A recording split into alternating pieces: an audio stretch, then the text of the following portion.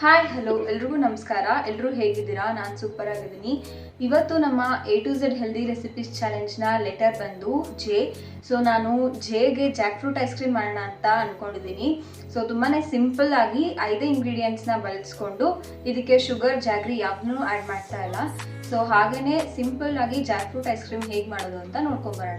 ಮೊದಲಿಗೆ ನಾನು ಇಲ್ಲಿ 50 ಗ್ರಾಮ್ಸ್ ಆಗುವಷ್ಟು ಕ್ಯಾಶು ತೊಗೊಂಡಿದ್ದೀನಿ.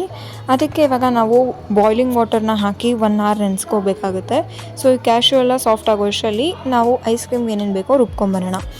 6 ರಿಂದ 7 ಹಲಸಿನಣ್ಣನ್ನು ಬೀಜ ಎಲ್ಲ ತೆಗೆದು ಹಾಕೋತಾ ಇದ್ದೀನಿ. ಹಾಗೆ ಇದ್ರ ಜೊತೆ ಒಂದು ಚಿಕ್ಕ ಲೋಟದಲ್ಲಿ ಅರ್ಧ ಲೋಟ ಆಗುವಷ್ಟು ಹಾಲನ್ನ ಹಾಕೋತಾ ಇದ್ದೀನಿ. ಉಳಿದಿರೋ ಅರ್ಧ ಲೋಟನ ಆಮೇಲೆ ಯೂಸ್ ಮಾಡ್ಕೋತೀನಿ. ಈಗ ಇದನ್ನು ರುಬ್ಕೊಂಬರೋಣ. ಈ ಹಲಸಿನಣ್ಣಿನ ಪೇಸ್ಟ್ ರೆಡಿ ಆದಮೇಲೆ ಇದಕ್ಕೆ ನಾನು 1 ಬನಾನಾನ ಆ್ಯಡ್ ಮಾಡ್ಕೋತಾ ಇದ್ದೀನಿ. ಹಾಗೆ ಉಳಿದಿರೋಂಥ ಹಾಲನ್ನ ಇವಾಗ ಆ್ಯಡ್ ಮಾಡ್ಕೋತಾ ಇದ್ದೀನಿ. ಸೊ ಬನಾನಾ ಆ್ಯಡ್ ಮಾಡ್ಕೊಳ್ಳೋದ್ರಿಂದ ಒಳ್ಳೆ ಥಿಕ್ನೆಸ್ ಸಿಗುತ್ತೆ. ಸೊ ಹಾಗಾಗಿ ನಾನು ಬನಾನಾ ಆ್ಯಡ್ ಮಾಡ್ಕೊಂಡಿರೋದು. ಇವಾಗ ಇದನ್ನು ಒಂದು ಕಂಟೈನರ್ಗೆ ಟ್ರಾನ್ಸ್ಫರ್ ಮಾಡ್ಕೋತಾ ಇದ್ದೀನಿ. ಈಗ ನಮ್ಮ ಕ್ಯಾಶು ಎಲ್ಲ ನೆಂದಿದೆ. ಸೊ ಈಗ ಇದನ್ನು ಅದೇ ಬ್ಲೆಂಡರ್ಗೆ ಹಾಕ್ಕೊಂಡು ಅದ್ರ ಜೊತೆ ನಾನೀಗ ಹಾಲಿಂದು ಕೆನೆ ಇರುತ್ತಲ್ಲ ಅದನ್ನು ಬಳಸ್ಕೊತಾ ಇದ್ದೀನಿ. 1-2 ಸ್ಪೂನ್ ಆಗೋಷ್ಟು ಬಳಸ್ತಾ ಇದ್ದೀನಿ. ಸೊ ಈ ಥರ ಹಾಕೋದ್ರಿಂದ ತುಂಬಾ ಒಳ್ಳೆ ಫ್ಲೇವರ್ ಸಿಗುತ್ತೆ.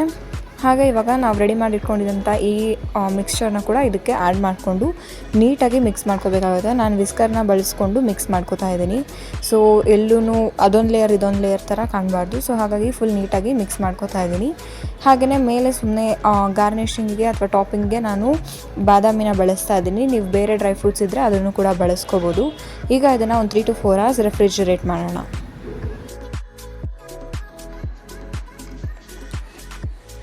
ನಮ್ಮ ಜಾಕ್ ಫ್ರೂಟ್ ಐಸ್ ಕ್ರೀಮ್ ಈಗ ಫ್ರೀಸ್ ಆಗಿದೆ. 3 to 4 hours ಆಗಿದೆ. ಹೇಗಾಗಿದೆ ಅಂತ ನೋಡ್ಕೊಂಬರ್ತೀನಿ.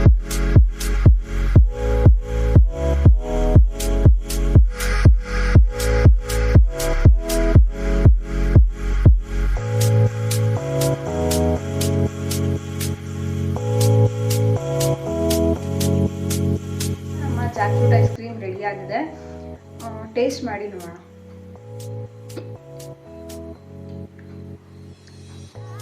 ತುಂಬಾ ಡಿಲಿಷಿಯಸ್ ಆಗಿದೆ.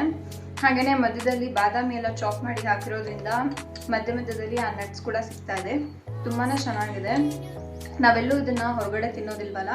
ಸೊ ಹಾಗಾಗಿ ಇದೊಂಥರ ಹೊಸ ಫ್ಲೇವರ್. ತುಂಬಾ ಚೆನ್ನಾಗಿದೆ. ನೀವು ಕೂಡ ಒಂದ್ಸಲ ಟ್ರೈ ಮಾಡಿ. ಹೇಗಿತ್ತು ಅಂತ ಕಮೆಂಟ್ ಸೆಕ್ಷನಲ್ಲಿ ನಂಗೆ ತಿಳಿಸಿ. See you all. Bye bye.